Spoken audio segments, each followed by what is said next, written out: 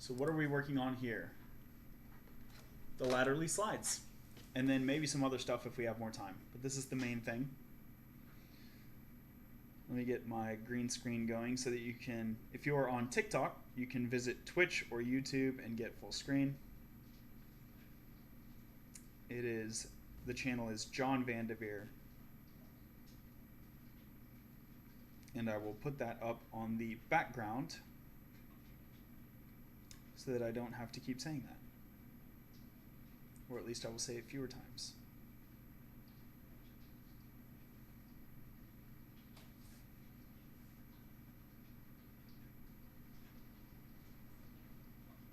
All right, cool. So you should be able to see full screen, youtube.com/c/John Vandeveer. Make sure I got the chat pulled up. Got Twitch, Twitter, a lot of places. Cool. This is the psychiatric site. We'll be dealing with that later. These are some like YouTube videos that I was listening to in the background. Okay, this is where I would like to start. Oh, there's a bit of glare. Let me cut that light.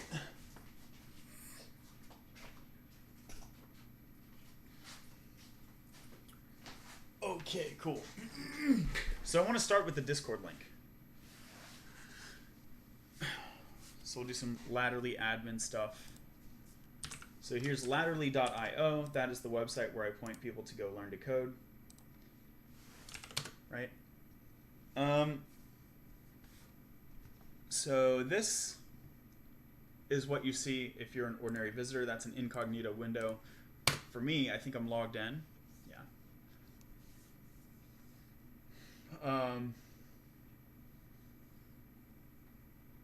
So we want to edit the free tier.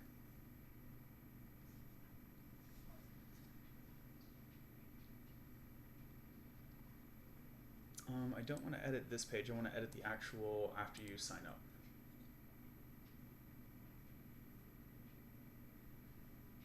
Enrollment caps.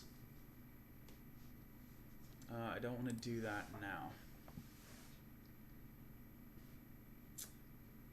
Okay.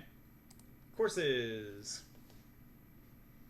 There's two courses. There is the basic course and then the free tier.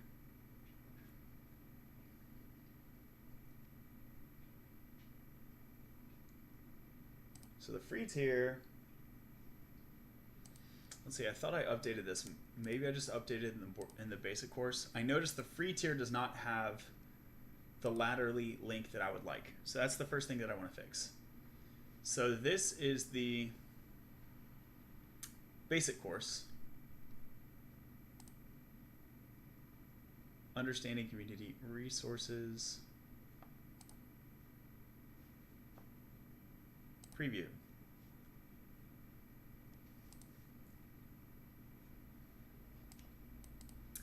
Yeah, okay, so I didn't update it in either place. You should have been automatically invited when you signed up, but if not, just send John a message through Twitter. And worse yet, the Twitter is not even linked.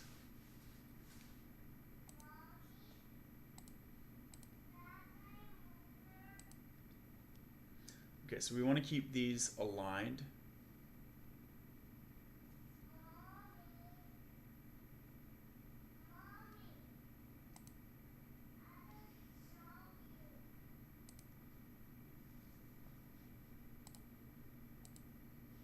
And then the free one, I think they're both going to be free actually.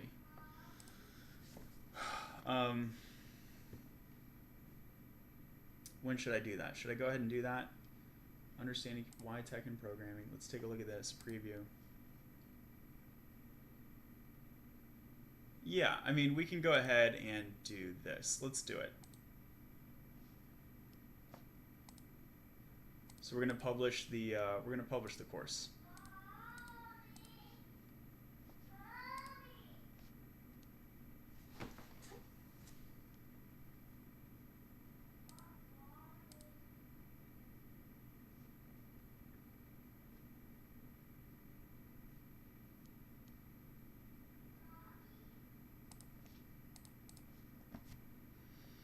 So it says unpublished, so we will publish the course.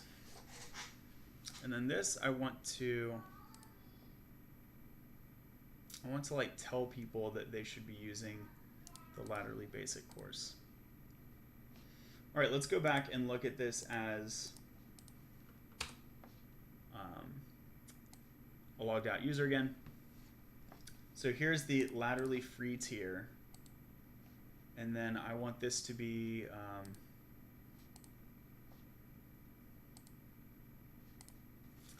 like deprecated free tier.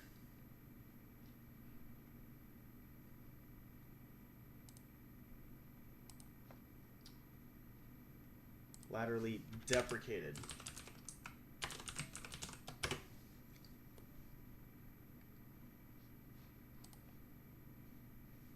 Okay, so that was saved. Yep, now this one says deprecated free tier. And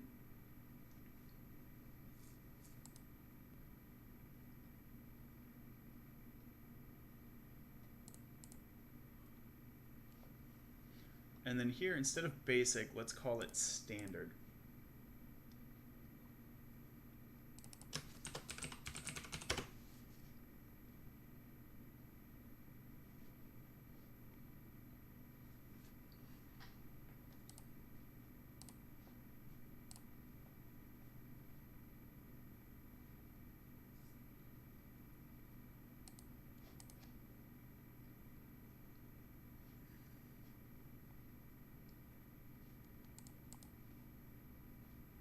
So this is the standard course we have now published.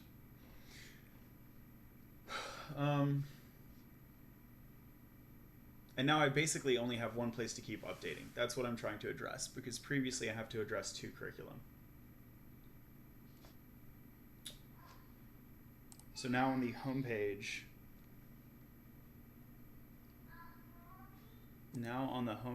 I just want the standard course to show, not the deprecated course. So what would that be, under site or under sales or something?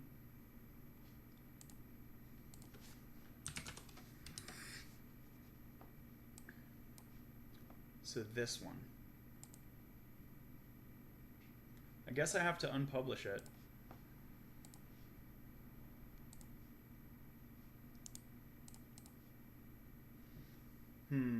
Maybe updating the curriculum is the better thing to do. Yeah, we're gonna do that because there's like 70 people enrolled in this free tier, so I don't want to do that. Okay. So let's basically just cancel everything that I just did.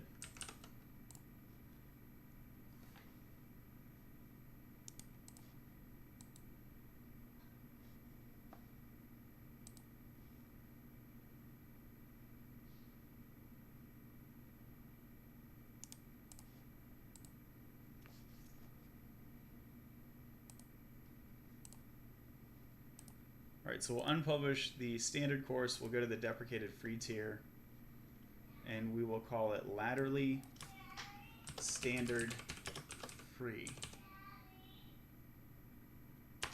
or standard course.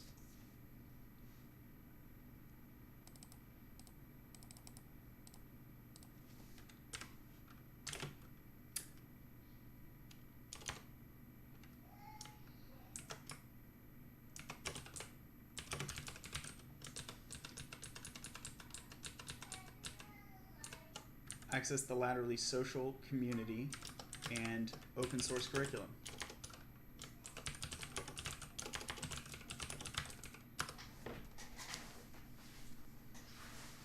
Yep, it does have a dash, right?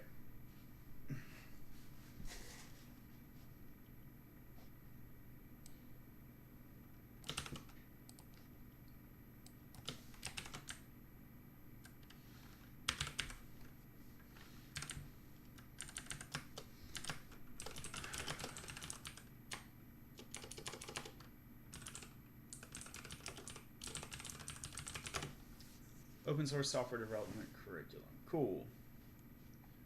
So we'll save this. This is called the laterally standard course. F5, top left should be renamed. Yes. View as a user. F5. Standard course consultation. Great. Now I need to update the curriculum. And so now we're going to maintain like the 70 people who are already enrolled. I don't know what would happen to them, but now I don't have to like guess, right? Cool. So these data I would like to transfer to here. Is there like a bulk upload? Awesome. So is there a make downloadable, duplicate?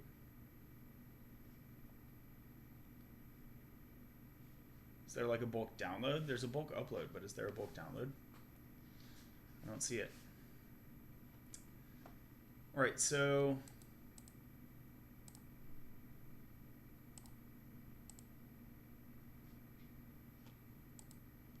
all right, we'll just move them one by one.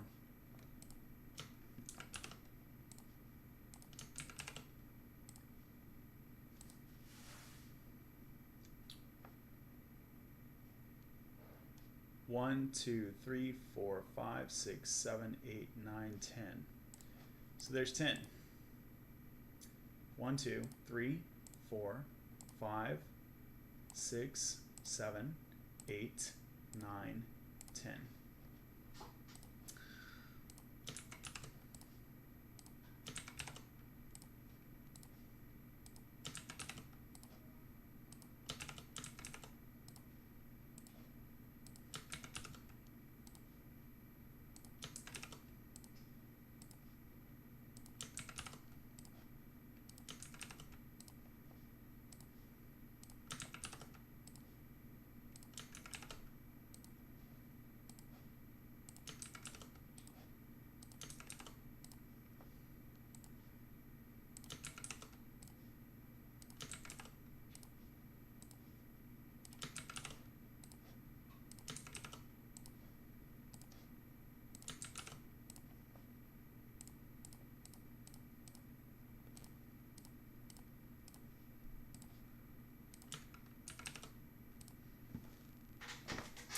Cool.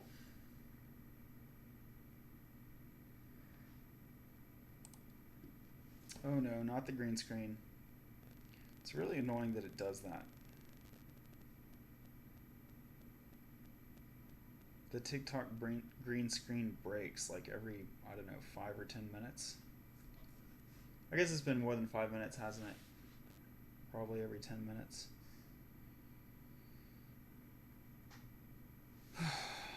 Cool. Laterally curriculum is open source. You can view it here on GitHub. Join the Laterally Discord. Right. So this is where we want to add a permanent Discord link.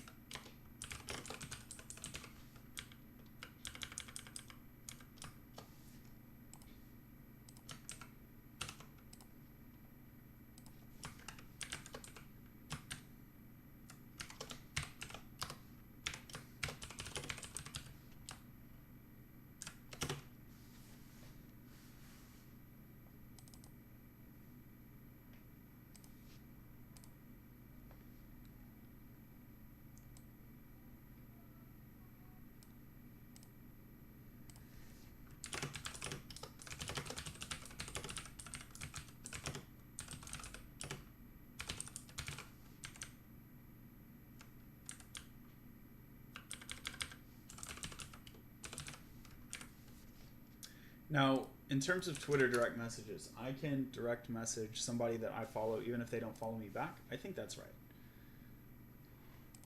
So following, so let's find somebody who doesn't follow me back. So let's look at Groot Up Media and Solutions. Do they follow me? I think they don't. Right? And let's confirm that because it should say like follows you, I believe. So here are some of my followers. Right, so these all say like follows you. And then it says follows you right there. So, and this one doesn't. So this person doesn't follow me. So can I tweet them or can I direct message them? It looks like I cannot. But is that like their setting? What about other people? Let's find just a normal Felix. Felix seems like not an organization but a person.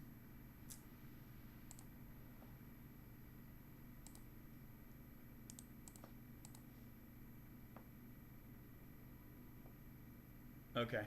So B Dougie follows me and I follow B Dougie, therefore I can message B Dougie. Well, I thought that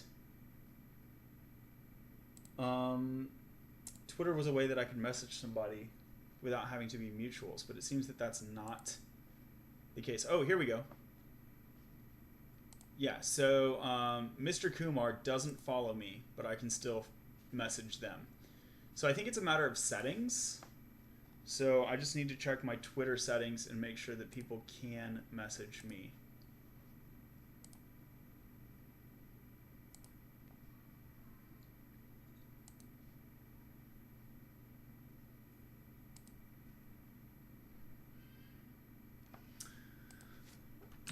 Allow anyone to message me on Twitter. Settings, privacy, direct message. Settings, privacy, direct messages. Allow message requests from everyone.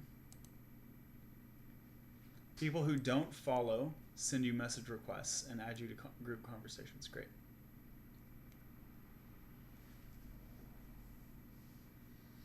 Cool. So that seems like what I want. Let me close this and then I will open it in a new tab just to confirm that it's like retained the state. Yes. There it is. It's still on. Great. Cool. So anyone can message me on Twitter. Laterally curriculum is open source. Here it is. Join the Discord. Here's a permanent link. Need help, but Discord isn't helping? Feel free to message Sean directly here on Twitter. In addition to the Laterally Discord social community, utilize other endorsed social communities. Link is working. Like DevCrew and Free Code Camp. So is DevCrew still on here? Yeah.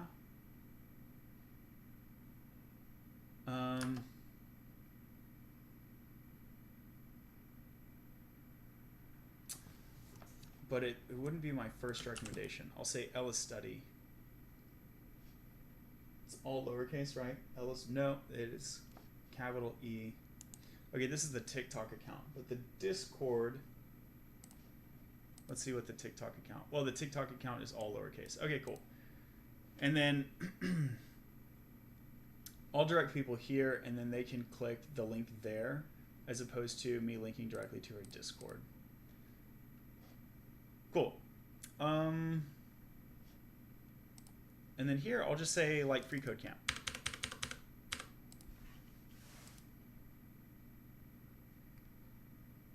In addition to the Laterally Discord social community, utilize other endorsed social communities like Free Code Camp. Participate in the weekly Laterally live streams on John's YouTube channel. Make sure this link works. Cool. And those are the main top 5 steps. Cool.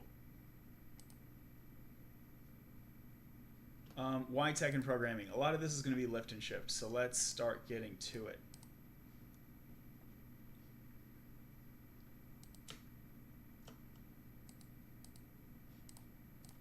So I find a custom code widget, and then I copy this. I should be able to preview and see the YouTube. Cool.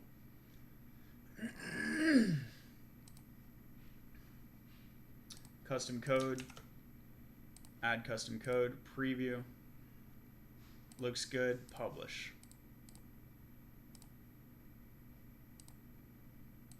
Why are you telling me changes may not be saved? I already published it.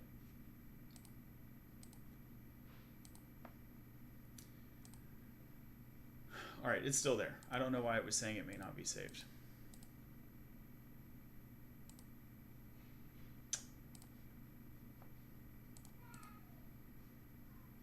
Why React?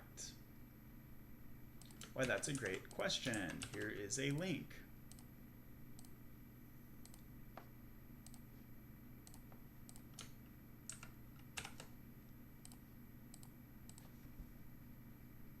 So why tech programming?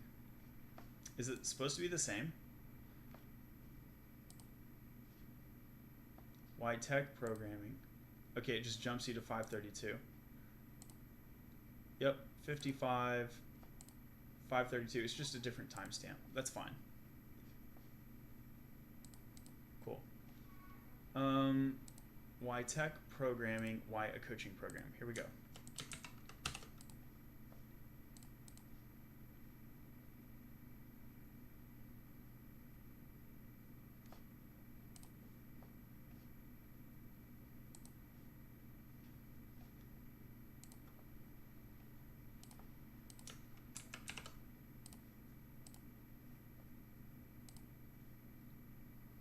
Why a coaching program? And this is a different video. Cool.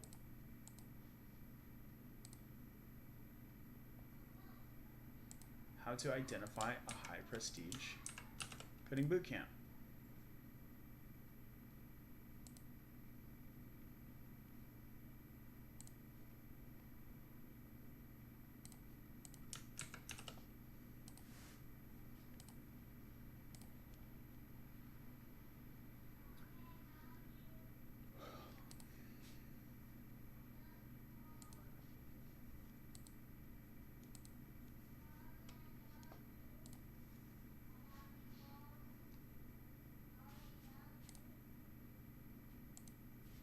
Cool.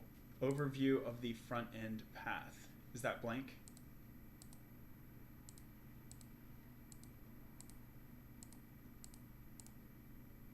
And the trial by fire. Okay, so there's still a few blank spots. I guess we can plug those.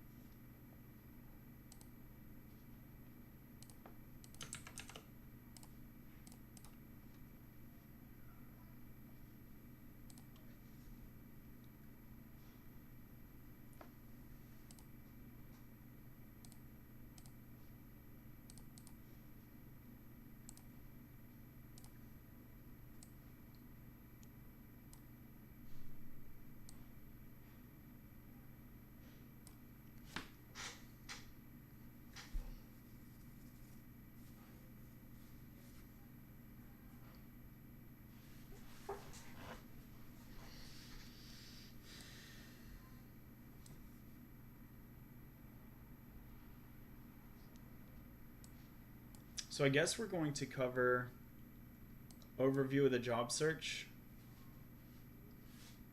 and external resources today. That's what we'll cover today.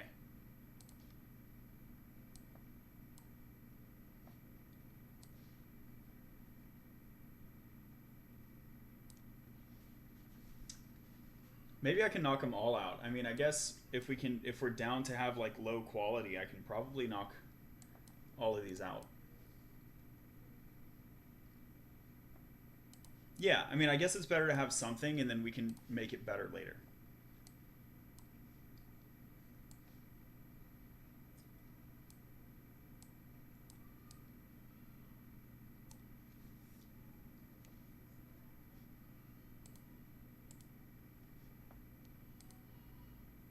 So then at this point, I am done with this. Okay. So let's start with an overview of the front end path.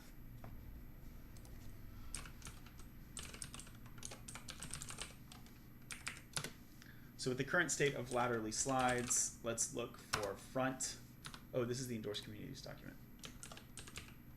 I'm going to look for the word front. Here we go, overview of the front end path. I guess I should open these up as slides. Let's see.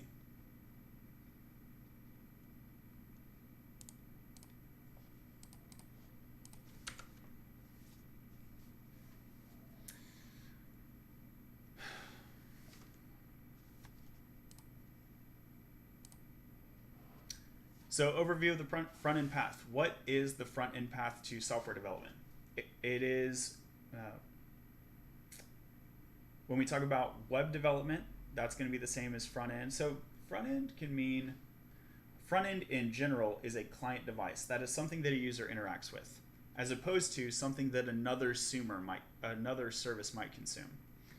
So examples of front ends would include a mobile application, iOS, Android, a desktop application, the Chrome browser is a front end, and very commonly the website, right? So of these, I suggest learning React. So React will allow you to build all of these. You can use React most commonly to build a website. You can use React in combination with a framework called Electron. Let me double check on that.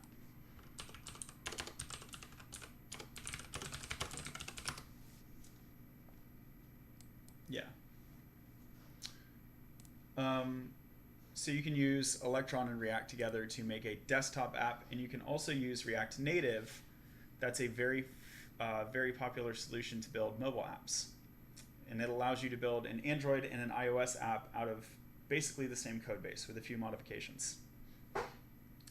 Now I will say, if you specifically want to do a mobile app, and you want to go just on iOS or just on Android. You don't want to do both. You don't want cross-platform. You just want one of them. It's more optimal for you to pick either Swift or Objective-C or Kotlin or Java. So Kotlin and Java will be used on Android. Swift and Objective-C will be used on iOS. When you work with those languages, it allows you to build a more optimal application for that specific platform. So there's a trade-off, right? The trade-off is, do you want to have like optimal performance, code cleanliness, and quality of life on a specific platform? Or do you want to try and cover all of the platforms? And you're going to sacrifice some code cleanliness and performance and so on. React Native is the champion of doing like all of the platforms. It's very versatile, but it's not really optimal for specifically mobile use cases. React is very optimal for website development. And so that's where we will start. We will start building websites. The website mental model is really familiar to career switchers, people who are not technical, starting out with coding. You still know what a website looks like, right? Like, you know what it does. You're going to go Google something. You're going to find a link. You're going to click it. It's going to take you to a place where you can do the things that you want to do. So these are all web development things. And so that's what React will let you do. Websites are built using HTML, CSS, and JavaScript. In theory, you could just stick with these. React is optional. You could build a dynamic website with just HTML, CSS, and JavaScript, but it would be quite a bit of work. So React is going to basically make it easier. That's basically the job of React. In JavaScript, there's something called the Document Object Model, and it comes with the DOM API, Document Object Model API. And it's pretty verbose to work with. It's kind of a pain to work with. So React does a bunch of things, but one of the things that's really important that it does is it simplifies the DOM API, which will let you like build things like an image or like a paragraph of text or like, you know, stuff like that. Building all of these things, it's just plain easier with React. Redux is not easier. Redux complicates things, but there is a good use case for it. Basically, when you're dealing with data, so some websites need a bunch of data, some don't. Some it's just like a plain text blog. Others you'll be logging in and buying things and selling things maybe playing a game where your character is like growing and like data elements are changing, right? When that's happening, you want something called a state manager to keep track of all the variables, basically. And there are many solutions for that, and Redux is not the best solution, but it is the solution that employers are most familiar with. So we want to learn Redux as a marginal improvement to our job application candidacy. It looks good on a resume, it looks good to employers. It's not technically the best solution. But we're going to learn it because the motivation here is don't just learn to code, but learn to code to a level where you could get a job if you want to. I will say, in addition to these, we are also going to cover Git and GitHub. Git and GitHub will allow us to track changes to our code. So if you think of like a video game, you have like a saved game and then you can like load that game. Or like a Microsoft Word document. It's like that, but it's even more advanced. It's closer probably to the Microsoft Word document with tracking changes turned on. So you can like see who changed what throughout the history of the time that your code has existed, from like your first line of code all the way to what it is currently. John Rusty, you apply the knowledge of pyramid in your program. Not really.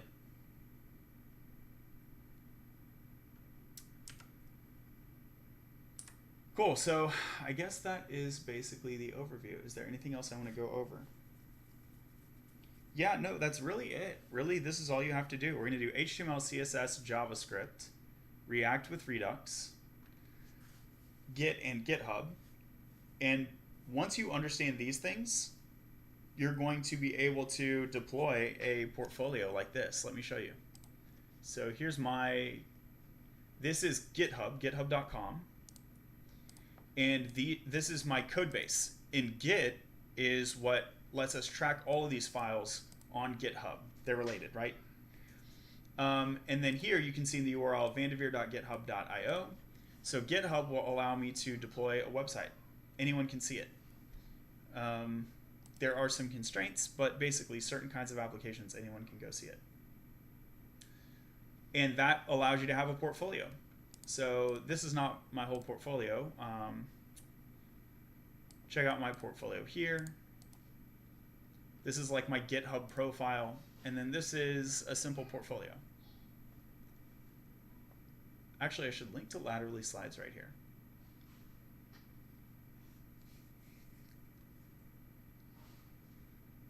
Yeah, let me do that. Basic Next.js portfolio. Actually, I don't need to create an issue for it. We can just do it here, VS Code. I'll make this code change, and then we will go to the overview of the job search.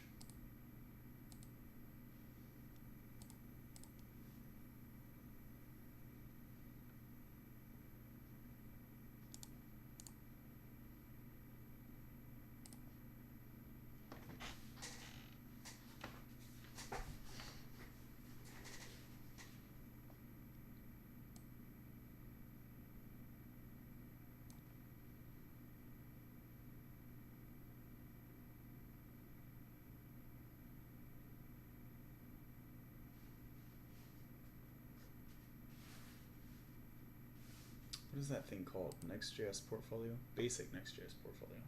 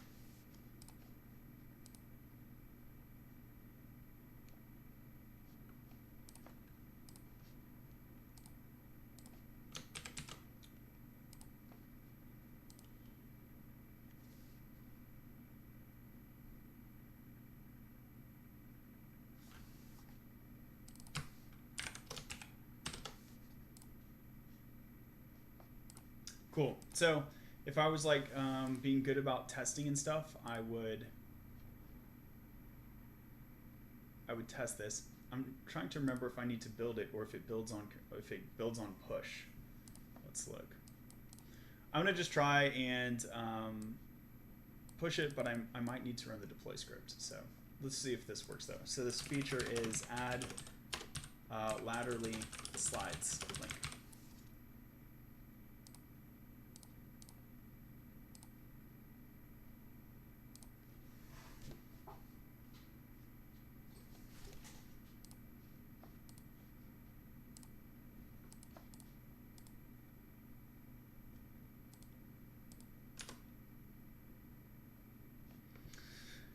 Cool, so we can see right here, add laterally slides link.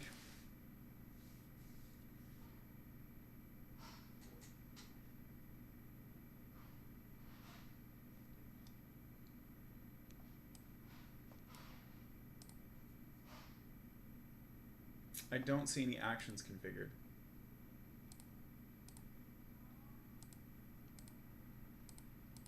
So we can check, but if there are no actions configured, I don't actually expect this portfolio to be updated. Well, let's try. I think I need to manually build it. Yep, it's not updated. Okay, so this is already going to call export, so I think I can just deploy.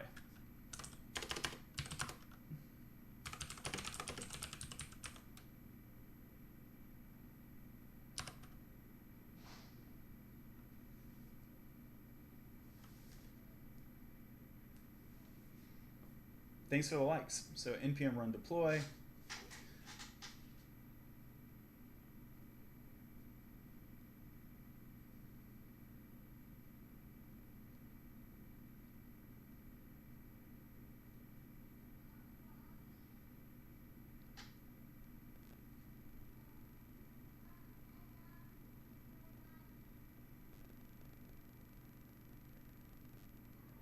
Looks like build is done. It's now pushing to the GitHub Pages origin.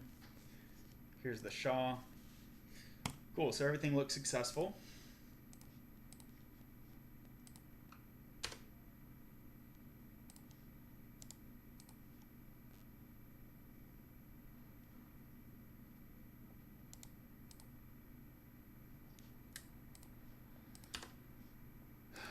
GitHub Pages. Yeah, okay, so we have this. Some checks haven't passed yet. So there is an action configured. Okay, so the action is configured on this branch. Oh, cool. I thought you would see actions. What? The actions are right here. Basic Next.js portfolio. Did I look at like the wrong repo or something? Maybe I looked at this laterally slides repo. Maybe I'm dumb. All right, let's try now. There it is. Laterally slides. Learn to code, an open source software development curriculum inclusive of job search prep. Boop. Here we are. Cool. All right, so that's good. What are we doing now? Overview of the front-end path. I think we covered that. Overview of the job search. Let's now cover the overview of the job search. So basically, we want to make sure that you have a portfolio. In front of me, oh, can you see my screen? Yeah, okay, great. So in front of me, you can see my portfolio. It's github.com/Vanderveer. I have this README set up. It's a really nice touch. I recommend everyone do this. It's not difficult to set up. This is called the GitHub Special Repository.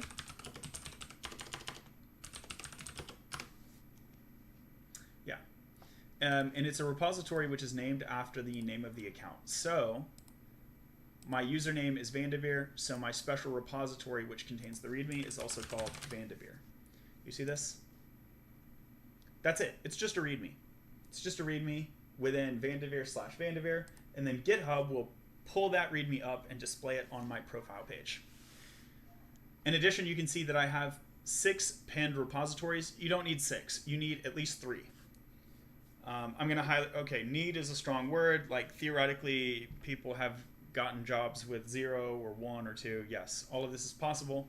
But to optimize return on investment to effort, I highly recommend that you have 3. Those specifically being 1, a blog where you've made original contributions, real content, at least a couple articles. So you have a blog, then you have a portfolio. You can just rip my portfolio example right here. It's a public template. So you can log in, click use this template, and it will create a repository for you. You want to make sure that you have a live version like this. Obviously, yours will have a different name there. I highly recommend you change the color scheme so that it's like you. The links should be different. It should be your GitHub, your LinkedIn, your blog. Remember, you made a blog. And then I would recommend that you have 3 repositories pinned. 1 is the blog, 1 is the portfolio, and 3rd is a passion project or a capstone project. And that would be another thing here. So then you'll have a collection of 4 links because you should also have a LinkedIn and a GitHub. And that at that point, it's like, okay, there is value in having a portfolio site. There's not value in having a portfolio site if you have no portfolio. And it's pretty sad to have a portfolio site that only includes 1 referenced application. It's like a portfolio of 1 is like, you see why would I even have the portfolio? You could just be handing out the site instead of handing out this portfolio site that just points to the site. So the portfolio site really only has value when you have 2 other projects. That's why we want to go for a minimum of 3. And what is a capstone project? That is a topic that's interesting to you. It's related to your hobby or it's related to your background. If you're a career switcher, what career were you in prior? You can talk about that in your blog, but then you also might be able to like make a tool that's related. Let's say you were in food service. This is really common. You might be surprised how many people have gone from food service into web development. And so maybe you do like a recipe application. There's a bunch of these, right? Like lots of people have done this, and that's okay because this speaks to your unique history and your unique story. So don't do a tic-tac-toe app. Everyone's done a tic-tac-toe app and there's nothing unique to you about it. You can do a blog. Yes, everyone's done a blog, but not everyone has blogged the blogs that you're going to blog. You see how it's, on the one hand, very common and basic, and yet at the same time, it's very custom to you. And same with the recipe app. Yes, everyone's done a recipe app, but no one has done a recipe app with the recipes that you're going to recipe. So make it unique to you. And maybe the recipe app's a bad example. You know, if you're like, honestly, John, I worked in the food industry, but it was terrible, and everyone knows the recipes anyway because I just worked at like McDonald's, and like there's nothing interesting about McDonald's food. Everyone already knows. Okay, maybe don't do that. Maybe find a different one. You could do a fan site for like a musician. And it doesn't have to be complicated. You can just do kind of like a basic page like this, but maybe there's like some art related to the band. Maybe there's some clickable elements, something that you can drag. Let me show you a couple examples of what I've done and what other people have done. I think this will be really helpful to give you an idea for a capstone project. This is something I call flat white. So in programming, there's like all these references to coffee. There's CoffeeScript, there's Java, there's JavaScript. Within JavaScript, we have Mocha. And so flat white is like a coffee reference. Flat white has microphone. And so this is an assortment of micro projects. Hey, Block A says, what if I don't want to make a blog? Can I just show a live website that is being used for a small business owner? Yes, you can. Yes, you can. I think open source is really nice because people will be able to inspect the code behind the site if needed. But you can use a business site. And then you can also do this third thing, which is really the best of both worlds. You can have an open source version of the business site. So let me give an example here. Fruit says, this guy Victor.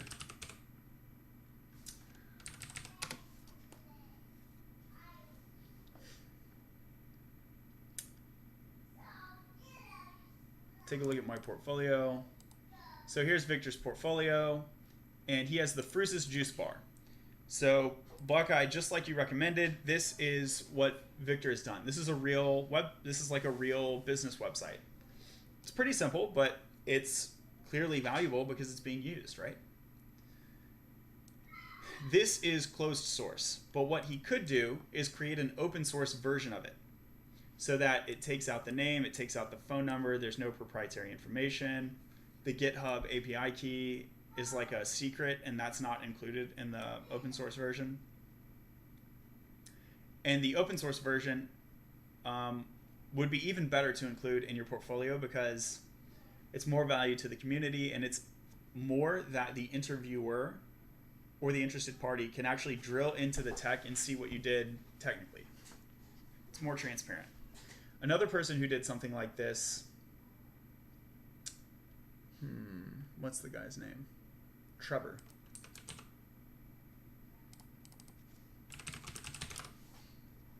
I should just do a whole YouTube episode where I just like review portfolios, right, of my friends and stuff. Trevor.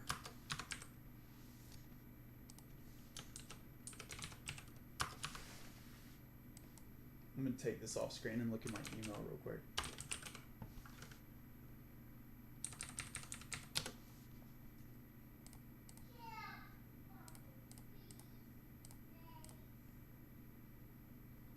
Yeah, his name is Trevor on GitHub. Did I forget to follow him? I am following him. So why did he not turn up here? Weird. Oh, I think I clicked followers instead of follow. Yeah, that's what I did. I clicked followers instead of following. My bad. All right, so here's Trevor. Trevor says, check out my portfolio. Trevor has this really cool portfolio, right? So he's not using my template. This is his own. And you can see he has details in here. Pick my meals, and then a CRUD app, etc., etc. We call these blurbs. These are paragraphs of text. About me, it has his own picture. Now, he also has simple React portfolio template right here, which is a public template. And you see he's pinned these top repositories. He's only pinned 4, and that's perfect. Like, pin your best 3 to 6, but don't feel like you have to get to 6 if you don't want to show 6 off, right? So he has 15, but he's only pinned 4, and that's really great. Now,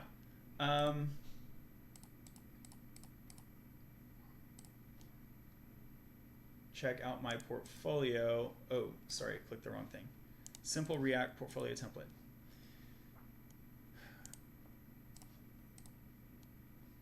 Yeah, so here's his portfolio, the closed source version, and then here is the open source template. So he templatized his website and then open sourced it. And you can do that with the small business website too. So I've recommended that to Victor. Victor has the cool fruit juice website. Hey, templatize it and make an open source version. And that's even better. But if you're on a time pinch, you know, it's okay.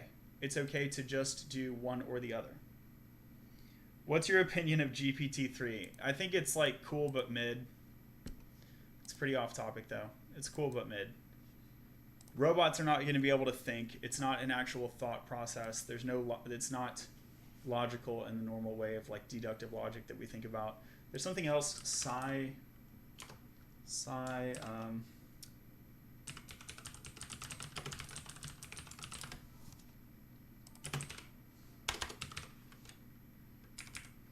don't know what it's called. It starts with like CY, where they actually have a machine that's doing deduction and so forth. That's on the Lex Fridman podcast. You can scroll through his. Sorry, I don't know the topic, just joined. No worries. The topic is we are like learning to code. And so I'm suggesting people ought to do web development. Cool, so we're going through my portfolio and we can see, you know, I have a nice professional picture. Here's the README, we discussed how to do that. My bio is a bit of a joke, like it's okay. It could be more serious, I guess, if I cared.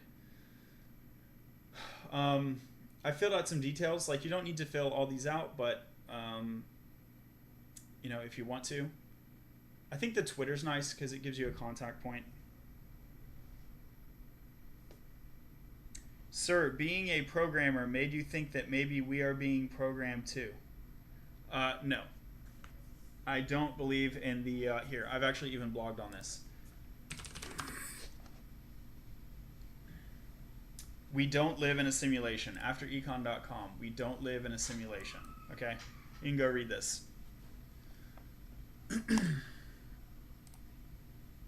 Okay.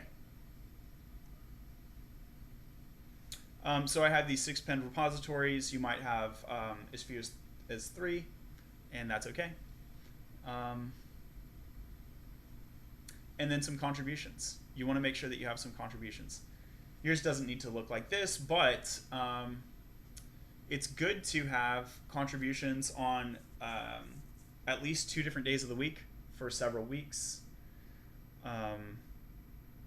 And you're going to be able to say, hey, I have this much experience because your little dots go back that far.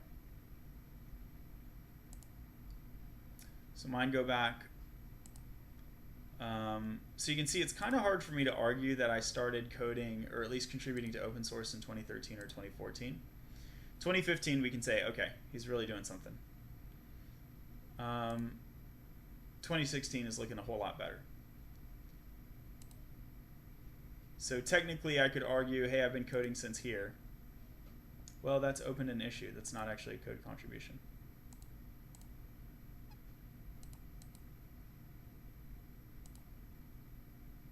These are all issues. And then here, yeah, here you can see I actually have some code.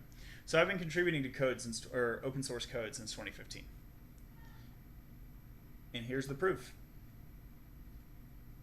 Do you recommend paying for Codecademy Pro and grind the front-end dev? Yes, I do. So let me wrap this up and then I'll get to that. So that's the gist of your portfolio. Once you have the portfolio, what are the next steps on the job search? The first thing that you want to do is you want to complete LinkedIn skill assessments. So go to LinkedIn. I'll go to my profile. Again, I want to have a professional picture. I want to say cloud engineer. I don't want to say junior developer, aspiring developer, career switcher, former this, whatever. If you've contributed to code, you are a software developer.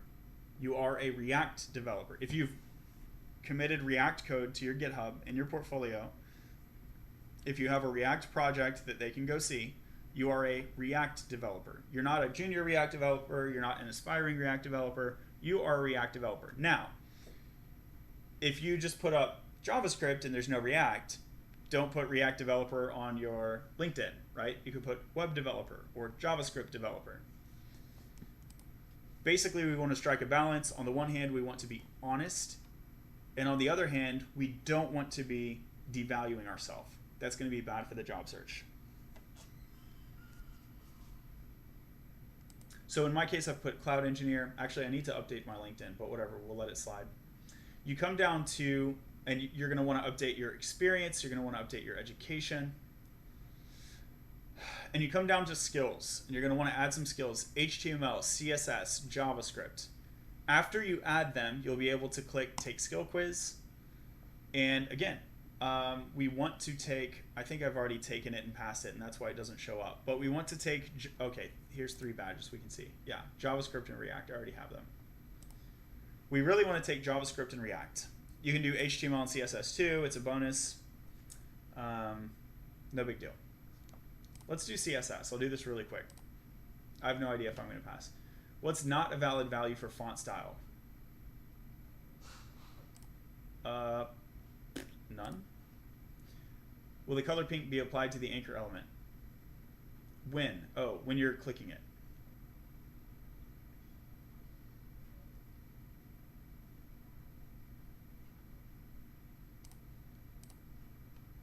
You have a list of items. What is the error? Displayed in a row and in reverse. You want to have a list of items displayed in a row and in reverse. It needs to be on the container.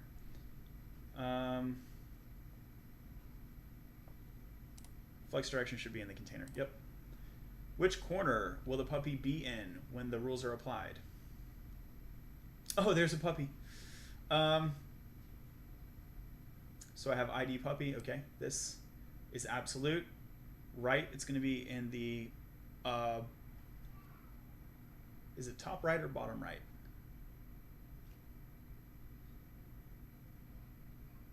I think it's going to be in the bottom right. Which missing line of code would place the text on top of the image?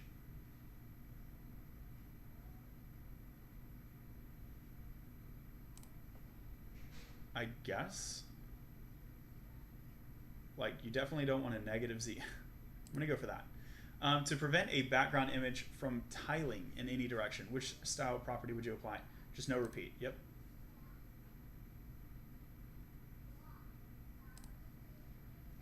What style rule would set the font color of only paragraph 2 to blue?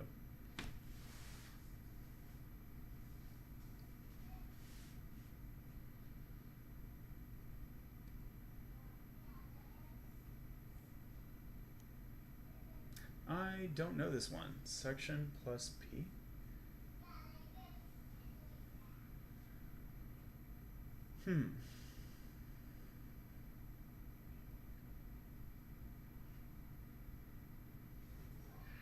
This would set it for only paragraph 1. I don't know. Section, maybe plus is the neighbor operator. I can't remember. Given this code, which CSS declaration of overlay will span the entire width and height of its container? Yeah, you can do all zeros. Absolute, I would go for absolute. Hey, I'm streaming. Okay. I'm also hungry. Yeah, let's go somewhere. Whoop whoop. To make font size of an element one size smaller, which style would you apply? Ew. Yeah.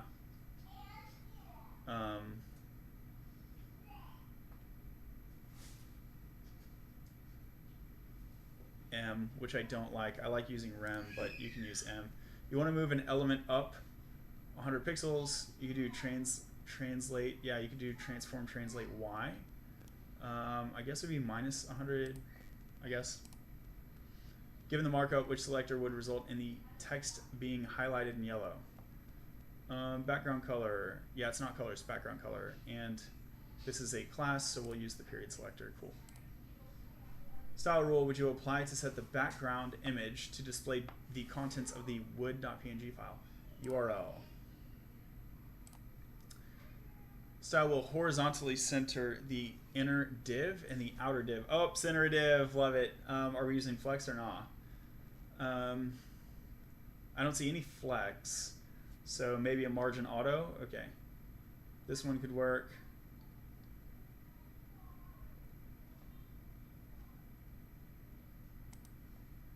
Horizontally, right? Not vertically. Yeah, so this, and then it's an ID, enter, cool. Yeah, that could work. What is the correct syntax for changing the cursor from an arrow to a pointing hand pointer, cursor pointer? 3 valid ways of adding CSS to an HTML page. Written in a separate file and is linked within the head element. Okay. Added to the HTML tag. CSS is included within the header element inside of a style element. Cool. So these are also talking about style. So eliminate second one. We have 1, 3, and 4 remaining.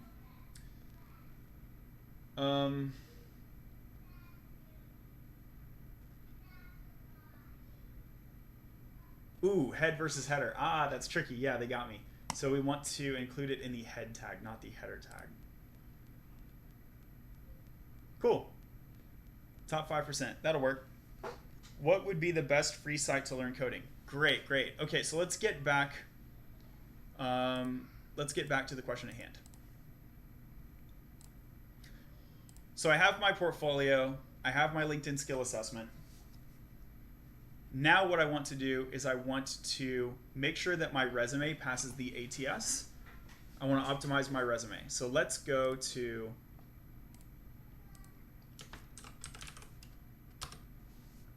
job search. Here is the ATS scanning tool that I use. So you can upload, you want to have docx or PDF resume, upload it there. I'll go ahead and upload mine.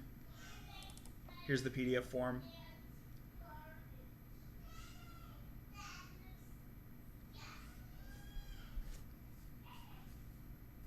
This is what the output looks like, and the details of this are like not super important. What's important is, I'll give you three things. One, the ATS needs to detect work time. If your work time shows up as 0, something is bad with your resume.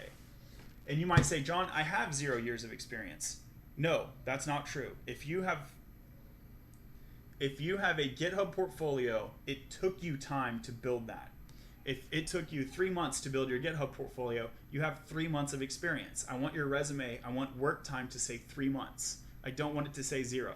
If your work time says 0, you're going to, from an ATS perspective, get deprioritized. You might get auto-rejected.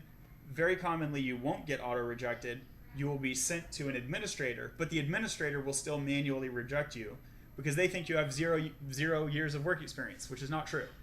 And these administrators are often not technical at all. Sometimes it's a technical recruiter. Sometimes it's not a technical recruiter. It's even before it gets to the technical recruiter sometimes. And the technical recruiters are often not technical either. They're famous for, like, for example, mixing up Java and JavaScript, although some of them are quite good. Okay, so I want your work time to not be 0. That's the most important thing. I also want your skills to show up. And which skills should show up? So you should see HTML, CSS, JavaScript, React. Probably want to talk about, yeah, those are pretty good. Those are good starting points. If you end up using Material or Bootstrap, you can mention those. But those, Git and GitHub, you want to mention those. And that's a really good foundation for you. If you end up using other technologies, mention them. Redux, we talked about Redux. If you end up using other technologies, mention them, but those are going to sort of be the minimum. Again, let's restate. HTML, CSS, JavaScript, React, Redux, Git, GitHub. So you should have at least 7 skills, and quite possibly even more than that. So you got your skills, your name, and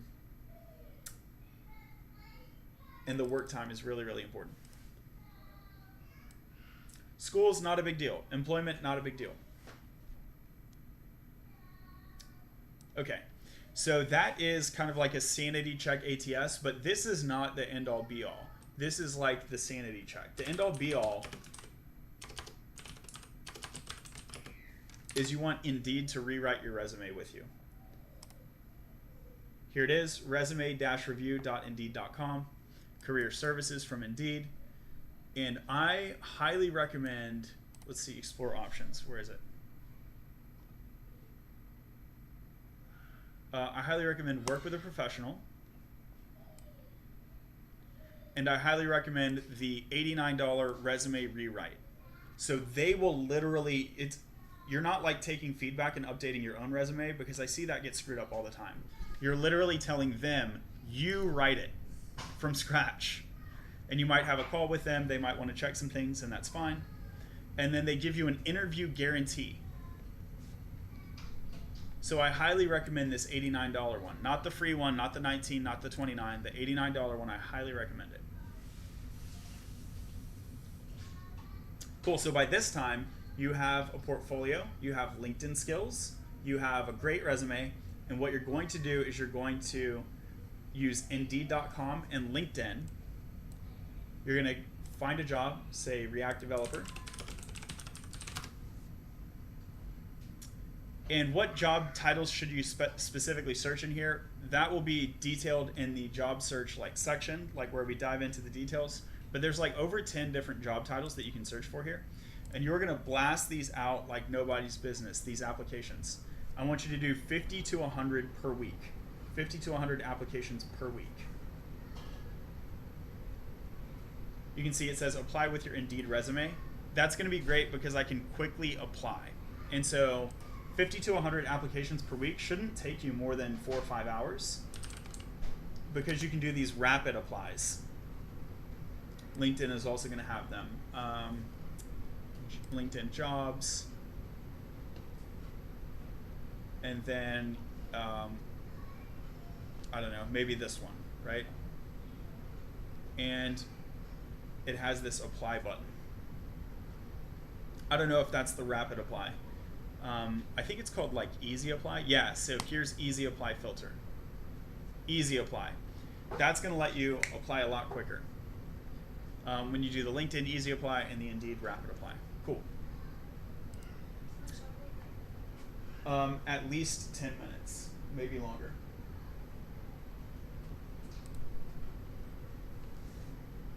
So we have our portfolio, we have our LinkedIn skills. We applied to a bunch of places with a really great resume. And now I need to use the job search tracker template. Every time you apply, you should add a new row in the spreadsheet. There are going to be details about like how to use the spreadsheet and all of that. That's going to be contained in the actual deep dive on the job search. This is just the overview. And then you're going to do social networking. Every time you apply, you're going to talk to a human. Who do you talk to? What do you say? We'll cover that with these job search networking scripts. And so that's the overview of the job search. Once you get to here, you're going to be able to follow your job search pipeline from applied to followed up. I did my phone screen. I did interview round 1, 2, 3. I got an offer. And then you handle the offer stage negotiation. And then you have a job. That's it. So to recap, at a high level, you're doing 2 things. You're getting technical skills, and then you're conducting a job search. Technical skills are going to be HTML, CSS, JavaScript, React, and some others. Job search is going to be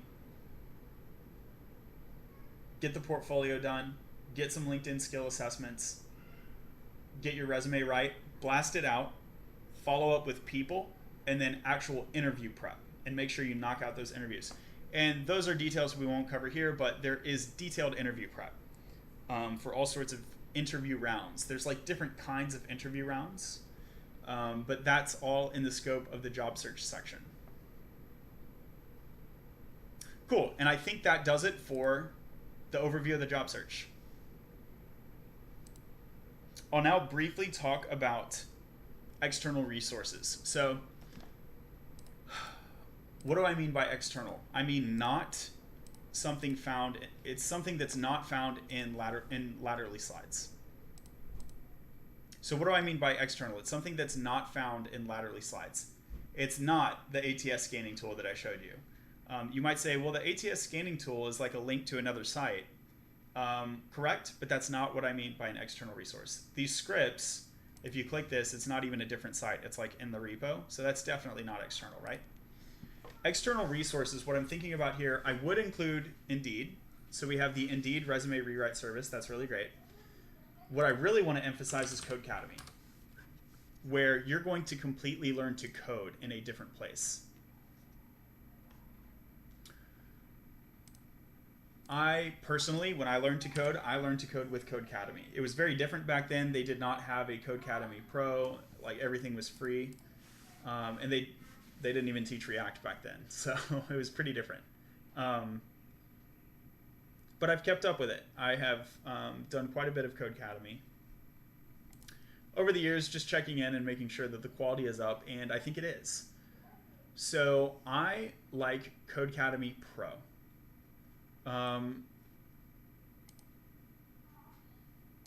Let's go to the catalog. Front-end engineer. Here you see. Codecademy Pro front-end engineer. 130 lessons. Do it, do it, do it. This would be an external resource that I recommend. Now, it's paid. So maybe you don't have money. So in that case, I would recommend Free Code Camp. When you go to Free Code Camp, what's my account under? Google or GitHub? I can't remember. I think maybe GitHub.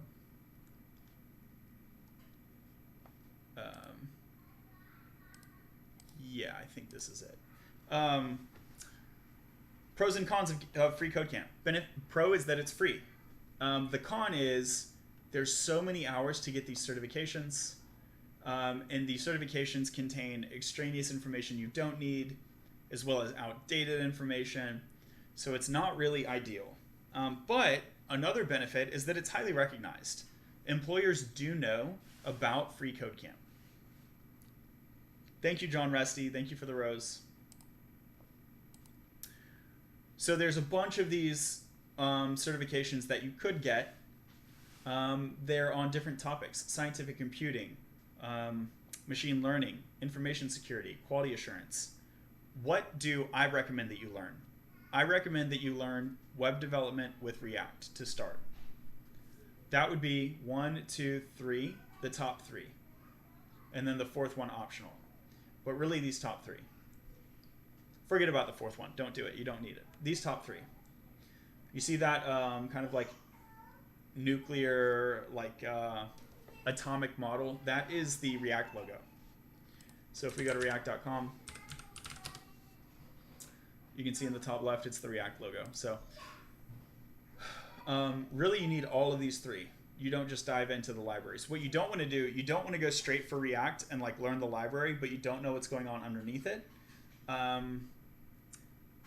It will embarrass you during interview. You will get asked questions that will reveal that you really only have a shallow understanding of what's going on. It's really embarrassing. And then it will also hamstring you when you're building your own projects. The library does a lot, but it doesn't do everything. And you're going to need to know when and how to reach outside of the library. In the particular case of React, React is a very thin, it's not a full framework. It's not a full MVC framework like Angular or Ember or something else. It's a very thin scope. So you definitely need to know not just React, but the limits of React and kind of like broader JavaScript outside of it. Their YouTube videos are great too, kept more up to date too. Their YouTube videos are mid. I'm sorry to tell you. One thing that I've had some of my students do is go to YouTube and go to like the latest. I mean, the good news is they're churning out content all the time, but it's mid. I'll have them go to Free Code Camp and just like look at the latest 10-hour thingamabob, and I will ask them to find 10 mistakes, because they do some of these like here, like 8 hours. That's in Go, so I don't really know Go very well. This one's shorter. It's like 2 hours, so you might not be able to find 10 mistakes. But yeah, learn JavaScript over here. This is only about 5 hours. She did a much longer one. But with a 5-hour one, I'm sure you can find like half a dozen mistakes. She did one that I think was like 20 hours, which on the one hand is like kind of cool. But on the other hand, if you're going to do 20 hours of material and there's like over a dozen mistakes, it takes a long time for me to watch the thing. First of all, I'm going to have very little of it retained in memory. And then I also might have mistakes retained in memory. So that's not great either. Let's dive into here. I don't actually recommend you even get these certs. I want you to focus on the top 3, but you don't need to complete everything because they contain information that's not needed. So like jQuery, for example. jQuery. It's in one of these top 3, unless they removed it. Yeah, here's jQuery. So you can skip, these are like 18 lessons in this course. You can skip this entire jQuery section. React, yes, we want React. Redux, yes, we want Redux. But if we look at Redux, they were still using Connect last I checked. Okay, this is not the right exercise.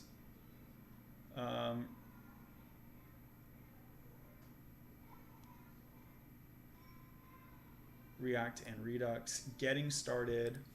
Let's see, do they use the toolbox yet? Extends React.component. So they're using classes. So this is like the old way to do Redux, the old way to do React. It's very dated. You see what I mean? But it's free, so that's great. And if you're a career switcher and you're trying to get a role as a junior, and if you're hard on cash, employers will for the most part, be merciful.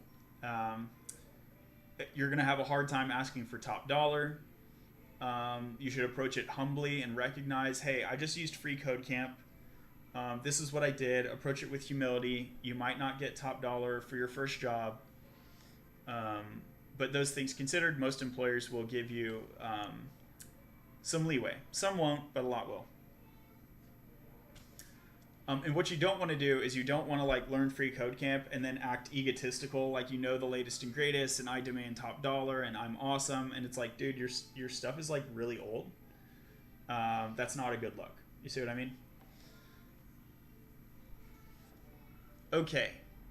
So these are 2 external resources that I strongly recommend. If you can afford it, career path, front-end engineer. If you can afford it, the front-end engineer career path with Codecademy. If you're kind of hard on cash, free code camp. But then also go into the details of the Latterly slides, where it will tell you sections that you can skip, and you can save a bunch of time, because you see it says 300 hours, 300 hours, 300 hours. That's like 1,000 hours. Let's say you do 10 hours a week. That's like 100 weeks. That's like 2 years. You shouldn't be taking 2 years to learn to code. That's not optimal. So let's carve out some sections. Let's skip jQuery. Bootstrap is another one that you can skip. Just completely skip it. 30 lessons. There you go. Saved you, I don't know how much time. At least 30 minutes, right? Maybe 300 minutes. Maybe these are 10 minutes each. And then I thought the responsive stuff was pretty good. HTML, HTML5, CSS, great. I think this is mostly all great here.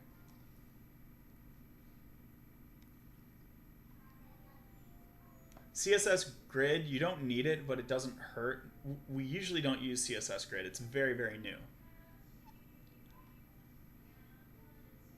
I think this is all pretty good. And then the projects, if you do a few of these, I think you're good. Do you need to do all of them? I don't think so. But it's nice to practice your skill with a project, right? It's helpful for learning. Okay. So that covers external resources for learning. Another thing that in terms of external resources that I want to cover is the Endorsed Communities. So these are external social communities that are really, really great. And first up is Free Code Camp. So one of the things that I love about Free Code Camp is their social community. But there are several other, you can see here, diversity-oriented communities. Faith Tech, if you are, I think it's specifically Christian. I could be wrong about that. Let's double check. I don't know if it's like ecumenical or multi-religion. I think it's specifically Christian, if I'm not mistaken.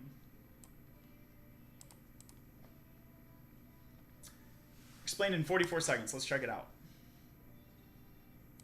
Welcome to the intersection of faith and technology. Welcome to Faith Tech. Faith Tech exists to bridge the gap between faith and tech. We are like you, people in the tech ecosystem, looking for community, looking for ways to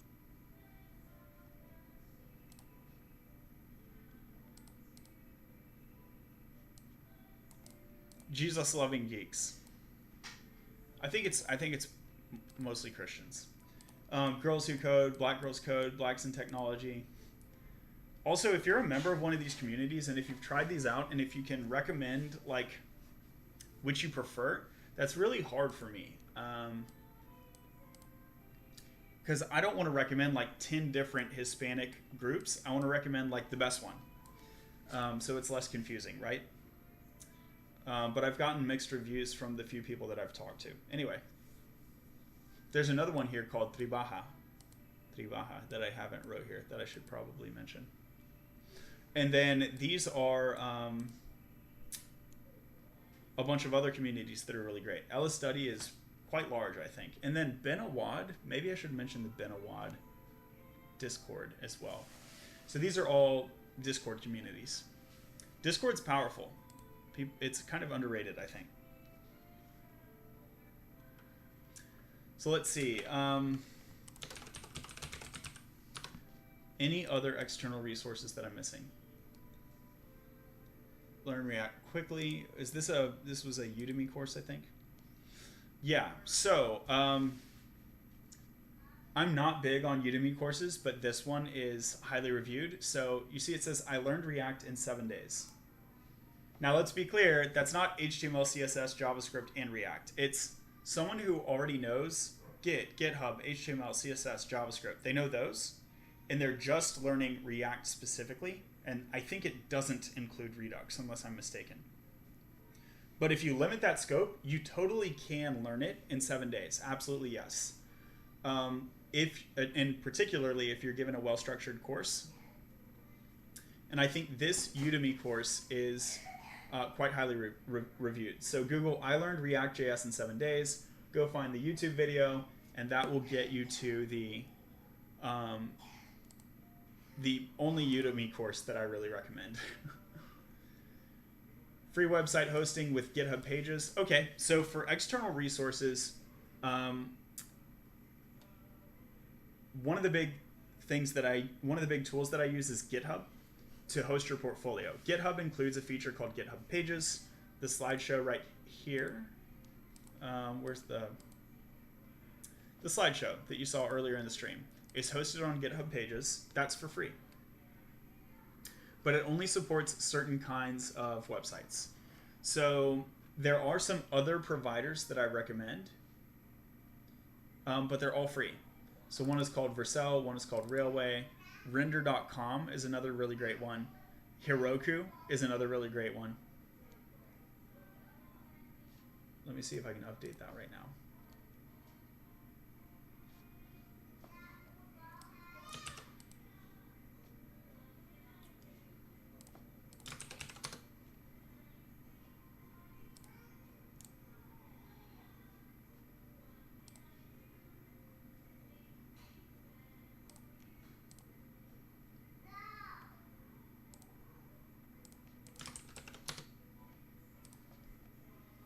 Use GitHub Pages, Vercel, Railway, Render.com, Heroku, or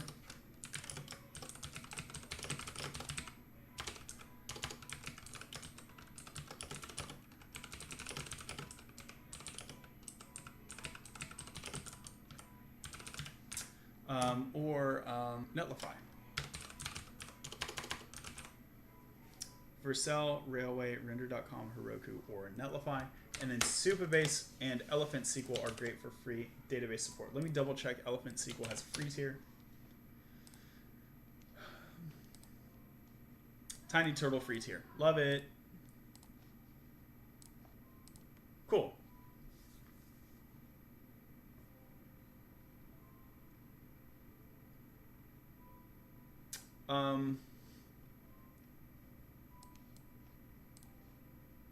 Yeah, so that's basically it. Free office hours, let's get rid of that. That's not an external resource. Christian Floria is cool. I guess I'll recommend him for European learners.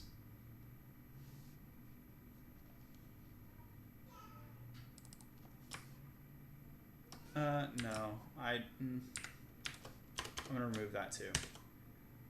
And Mimo is a smartphone app that helps you learn to code. Yeah, ooh, also the flashcards.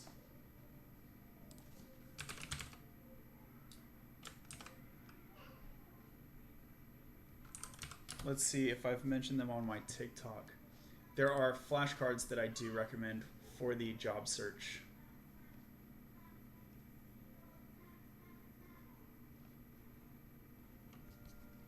Oh, thank you for the likes.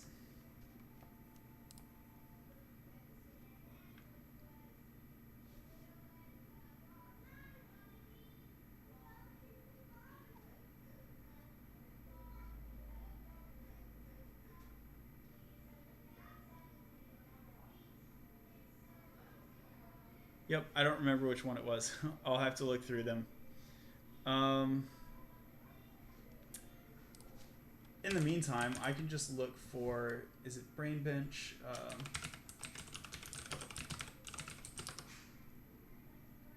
Maybe I didn't even make a TikTok. No, I definitely did, because someone was like, hey, you could have told us that it was a paid site. And I was like, just use the free tier. Brainscape. Brainscape.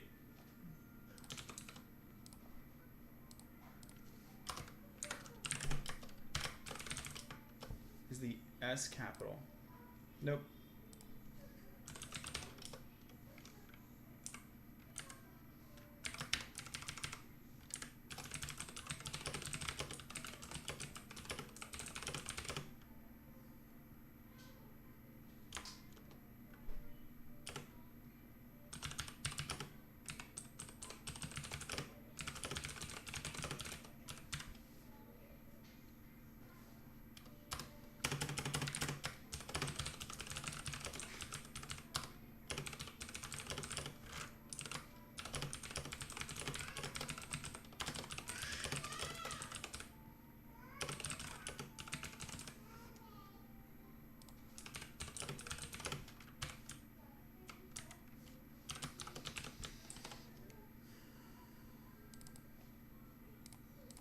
Find the React.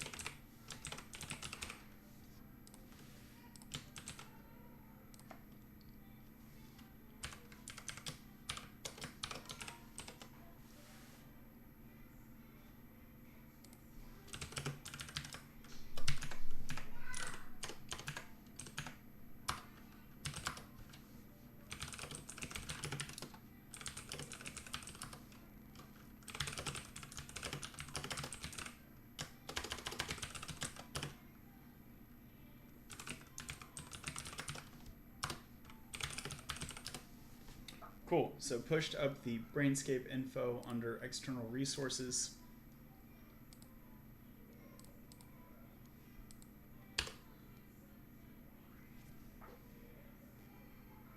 And leak code. Absolutely. That's going to be really important during data structures and algorithm preparation. Also recommend interviewing.io. Yeah. So a lot of these external resources are going to be specifically recommended during the job search. So I don't think that we really need to touch on them too heavily now, with the exception of,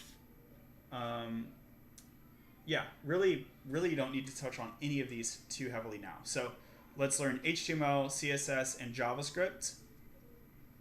Then we can come back here and touch on learning React quickly and free website hosting. Yeah, I guess the only early call out would be the Mimo smartphone app. And then the rest of these are basically interview preparation tools. Cool.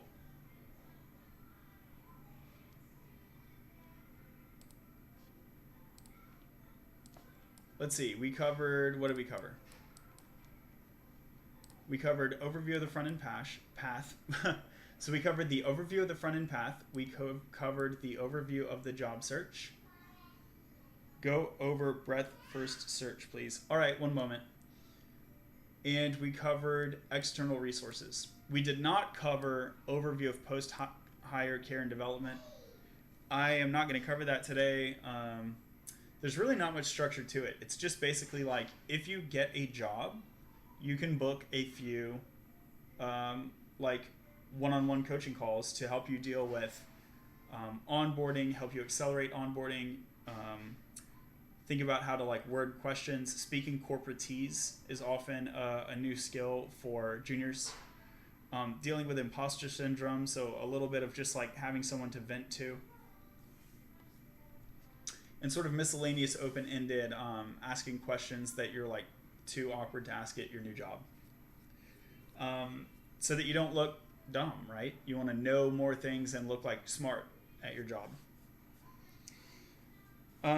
So that's really all the post-hire care and development is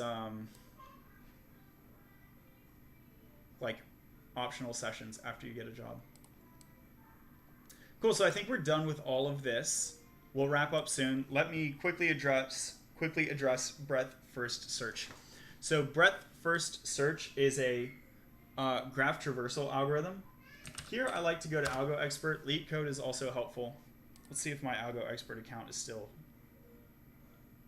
valid or if it's expired. I'm not sure. Okay. So we'll go to Algo Expert, coding interview questions, breadth. By the way, it's not breath like you breathe, it's breadth like it's a synonym for width. So I think Algo Expert does a really great job here. The concept about breadth first search, when we look at a graph, you could consider this sort of tree graph, or you could consider a matrix.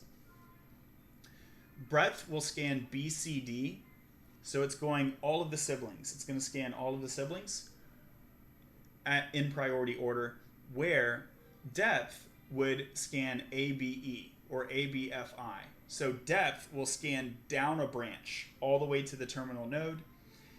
So it's recursive. It's easily implemented as a recursive algorithm because you just look at your child, look at your child, look at your child until you don't have any children left. So depth first is easily written recursively. And breadth first, we will use a structure which is a queue. And the idea is that you just push children to this queue. Here, basically you can see it right here. Yes, I'm familiar with traversal. However, I'm not sure how to implement using linked lists. Yeah, that's quite a different problem, right? Whether you want to use breadth first in general or you want to use breadth first specifically with linked lists. That would depend on your linked list implementation for one. So there's multiple ways to implement a linked list. Actually, doing breadth first with a linked list seems pretty silly. I'm not really sure why you would do that at all. Because the idea of a linked list is that it's sort of an object. And so you can have pointers to like up and down. You can just point to the associated nodes. Where breadth first is going to introduce this intermediary structure, which is an array. So you would expect disconnected nodes that you pipe into this array.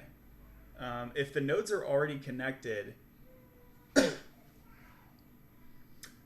I don't think you should use this intermediary array structure at all. Do you have a specific like problem that you're looking at, Nick? Do you have like a specific leak code problem or something like that?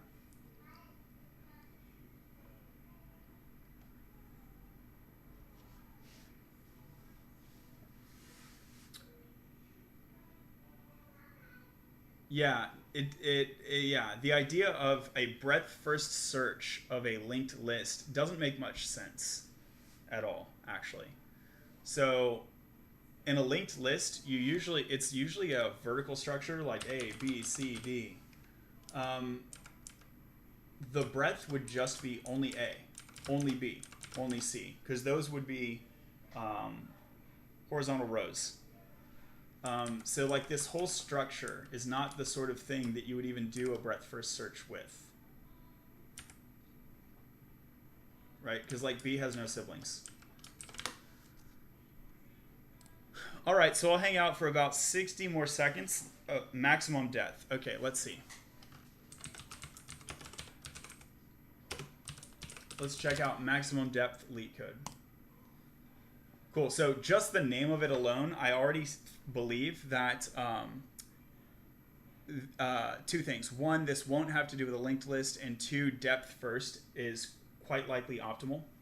Yeah, so this is not a linked list. This is a binary tree, right? Let's go to the solutions. Approach 1 is recursion. That is depth first search, right? Yeah. Yep. Approach 2, tail recursion and BFS. Okay. Approach 3, iteration. You can do, so almost, yeah. So you could iterate. I wouldn't recommend it. Like, it's going to do the same logic as the recursive approach. It's just going to take you more lines to write. So this is O n and the space is O log n. Let's scroll up to the top. O n and the space is O log n. Yeah. So the time and space complexity on recursive versus iterative is equivalent. Well, let's look at the implementation code. So the implementation code here is 12 lines inclusive of a 1, 2, 3, 4 line comment. And then with iterative, it's 19 lines. And then if you remove the 4-line comment, it's like 15 versus 8. So it's about twice as long. So you have to write like twice as much code. So yes, you could solve it iteratively. I wouldn't recommend that. I would recommend depth first search with recursion. And like tail recursion with BFS, it's just like super extraneous complexity. And they only have a solution in C++, like red flag. Time complexity is O(n), space complexity is O(n). So is it better? O log n. So the space complexity is worse. So yeah, Nick, I would not use breadth first search here. It's more complicated to implement in this case, and it takes more memory, and it's no more performant. So I would not use breadth first search here. And in addition, this is not a linked list. This is a binary tree. Cool. All right, that's about all the time that I have today. Thinking recursively is very hard for me. Yeah, it's tricky. It's how long? No, you're very welcome. So my question would be, how long have you been doing algorithms? In my experience, and I know this varies person to person, but in my experience, recursion is kind of a tricky mental model. It's tricky to think about at first, but after you have done, say, 50 recursive problems, it becomes like muscle memory, and it's very easy. Just started at uni first year. Okay. So yeah, I think you could definitely get a hold of recursion in 1 year. The question would be, how much are you practicing within that year? So I think you could get a hold of recursion within 3 months, and certainly within 6 months. And I would put the benchmark probably around, let's do 50 recursive problems in that time window. We have the memory curve so that we forget things, or the forgetting curve. So that 50 recursive problems in a 3 to 6 month window is pretty optimal. But 50 recursive problems over the course of a few years, you might still have trouble with memory recall because it's so spread out that you don't really get the muscle memory. You see what I mean?